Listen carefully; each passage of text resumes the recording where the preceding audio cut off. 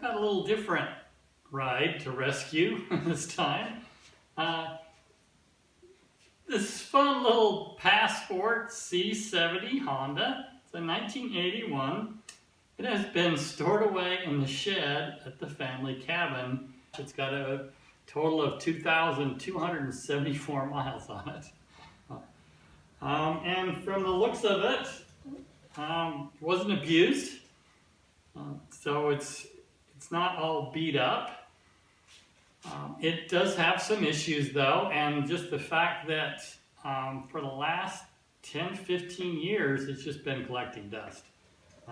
The rear tire got a flat, you air it up, it goes flat again, so it needed an inner tube. The battery went bad to the point where you can't even kickstart it anymore. It will not start up. Or maybe it's the fact that there's something seriously wrong with it and it never will start up again. So that's what I'm going to attempt today.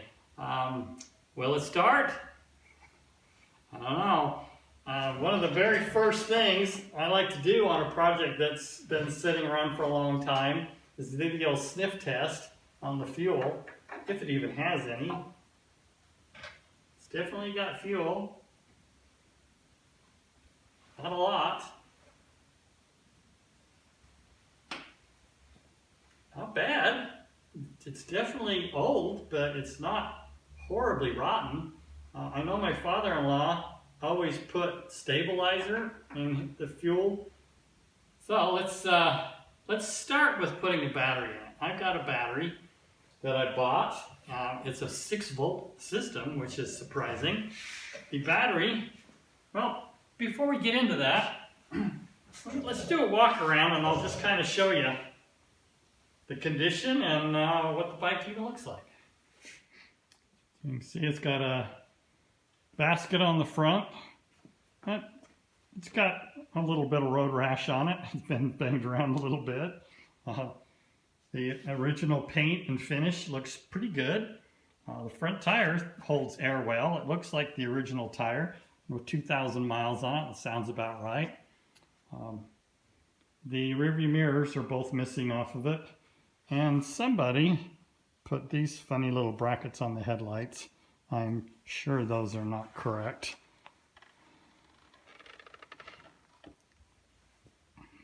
That's something I'd like to fix. It is a 70 Deluxe.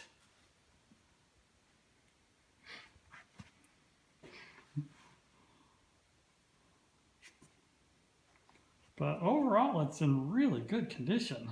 I mean, it is the original seat. It's got a nice little rack on the back. The taillights are not broken. You can see the old original license plate, and you can see on that sticker where it's ripped off in the corner, it was actually 1985 was the last time that it was licensed. Flat tire. That piece that's hanging out is the inner tube protector that protects the inner tube from the ends of the spokes. There's a little tool kit that goes under this side, and then the battery goes on the other side. So speaking of licensing and titling, I wanted to see if I could get a duplicate title on this and then change the ownership over. I went into the DMV with that license number and they had no record of this vehicle ever being licensed in the state of Utah. Well, clearly it was. So they said all I had to do is fill out some paperwork describing the bike and include a few pictures and then tell the story about the bike and how long it had been in the family and where it had been. And lo and behold, about 4 weeks later, I got title to this bike in my name. So that was a huge relief. Just had no idea what we're going to do with this motorcycle if we couldn't get a title to it. All right, well, enough said about the bike now and a quick walk around. Let's pull that battery out. And if I remember right, the wiring on it was kind of messed up around the battery too. but it's been a long time.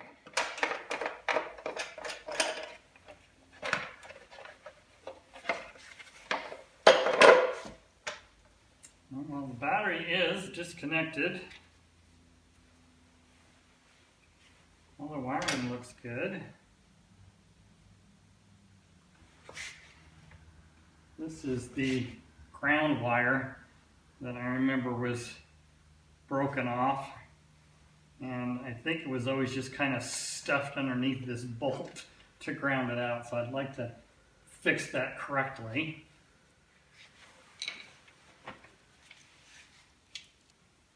Don't see a date on this anywhere. This could be a date code, A98. Kind of makes sense. 20 years ago? It's possible. I mean, it's completely dry. This battery terminal is corroded pretty bad. I hope I can get it off without having to cut off this bolt. Put a little lubricant on it and see if I can break it loose. We're in luck. I need to go through all my electrical connectors and find a piece like this one that I can put on this opposite end. And what looks like probably makes the most sense is to put it on the same connection that the battery box is hooked up to. And that should give us a good ground. I found me a crimp-on type ground connector, but I'm not a big fan of crimping on, especially for something like this. They just have a tendency to come loose now and then. So I'm going to make it more positive. I'm going to solder it as well as crimp it.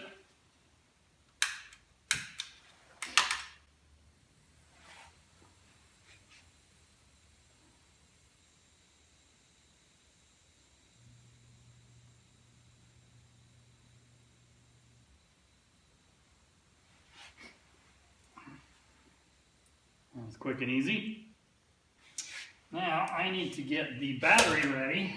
I was surprised how difficult it was to find this battery. There's a lot of places that sell batteries similar to this online and locally, and nobody had this battery in stock. And I ordered it a couple of months ago from one fairly large name battery distributor, and it was on back order, on back order, on back order. Finally, I just canceled it, got on eBay, found somebody had one in stock, and I had it within a couple of days. So, it comes dry, and it comes with acid to fill it up with.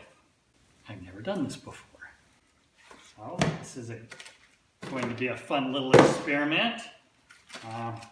Luckily, it comes with instructions. Let me figure this out, and then it looks like I need to get it on a charger.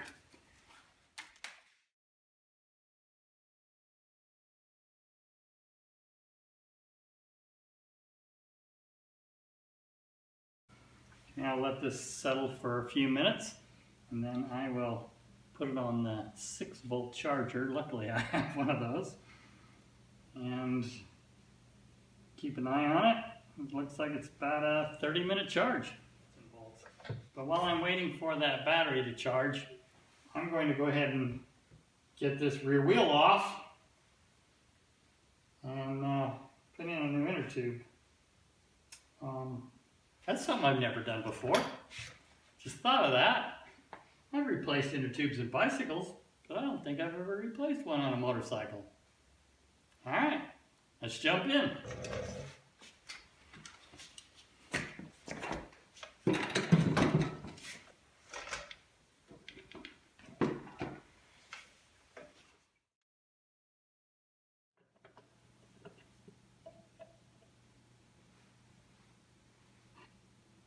Pretty cool little brake. Great shape. Not too concerned about puncturing the inner tube because I know it's bad.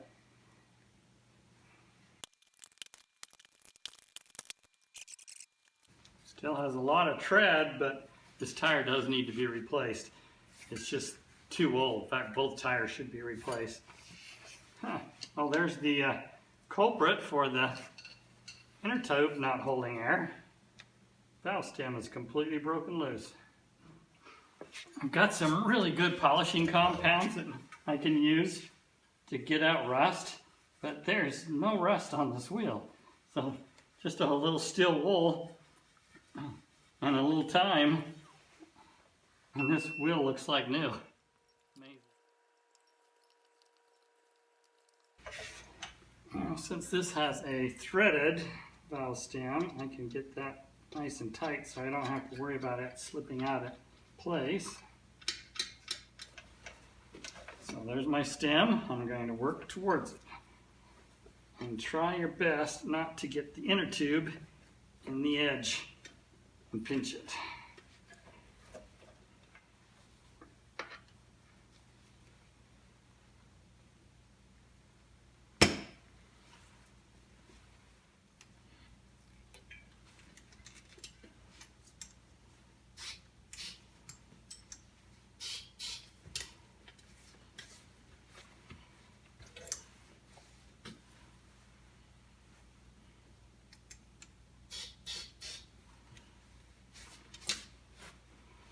Make sure the bead's in place.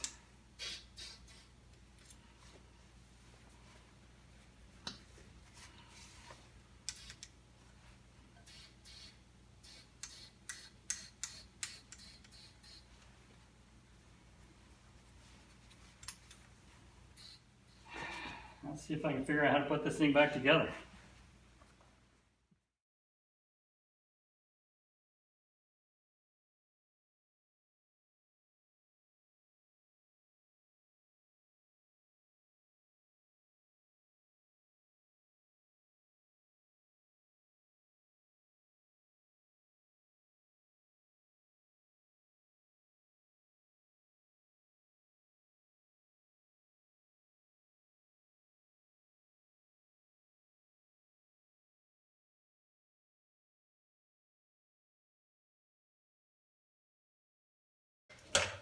Wow, I got it all back together and I don't have any extra bolts or parts or anything.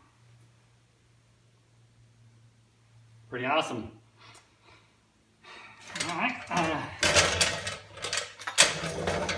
I will check on the charge of the battery. Most likely isn't quite charged yet. And then we'll install that battery once it's charged and try firing this thing up.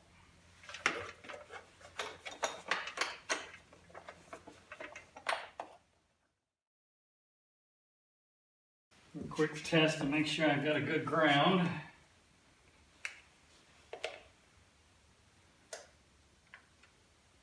6.6 volts. Good sign. All right. Well, the fuel is still on. Let's see if this thing will kick over or do something. Okay, turning the key, nothing is happening. We've got a run and an off. Off, that's run.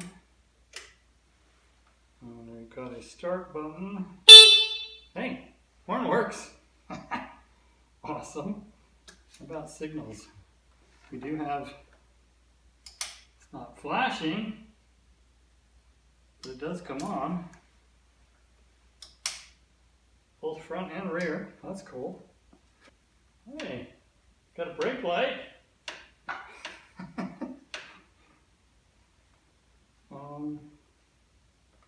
I don't see a headlight. Oh, here we go. There's a headlight, low and high. Nothing there.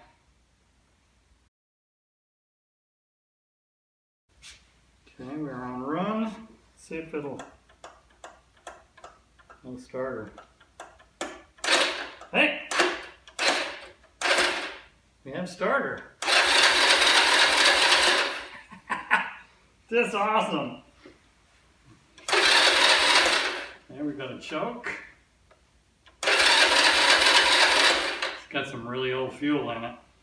And who knows what's gunked up in that carburetor.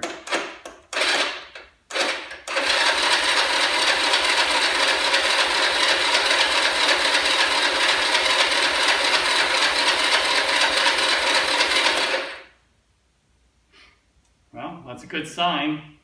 For a minute there, the starter was not wanting to turn over, but probably just been sitting so long, probably had a lot of rust and corrosion. I don't have any starter fluid. I'd like to prime this, but I'm sure it's just a waste of time because I know that carburetor is going to be really gunked up from sitting so long. Well, that's not good. I've got fuel actually dripping. So I know there's fuel, but it's not good that it's dripping.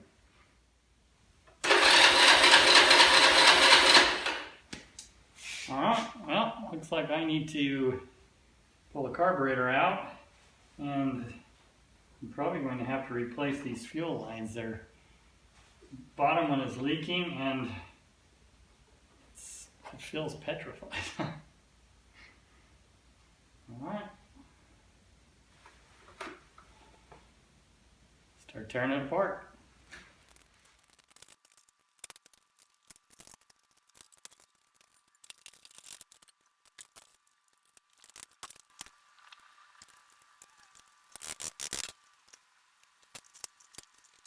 And get the air cleaner clamp off for this air hose. I'm just going to have to try to work around it, I guess. I'm working with hoses and clamps on aluminum parts that are this old. You have to be so careful not to break something. I don't think gasoline's supposed to be brown.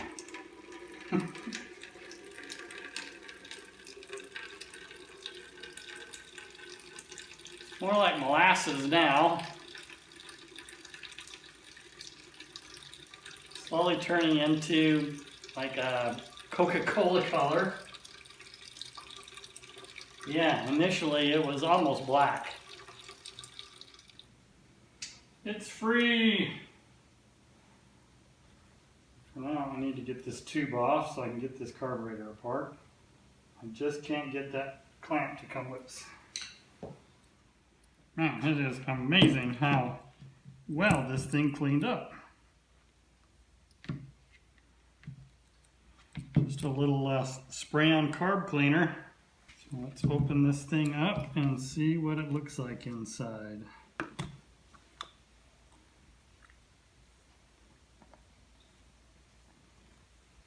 Yeah, pretty bad. The needle and seat is moving nicely. That's a good sign. It's not frozen up in there. Spray some carb cleaner in here and clean this out. Yeah, it's got some rust in there. I'm suspecting that inside of the gas tank is probably rusty. I don't see any reason to take this apart since I was able to blow through it okay. I don't see any reason why this shouldn't start up. Now that I've got all that really dirty grime out of it, just put in some clean fuel and I think this will fire.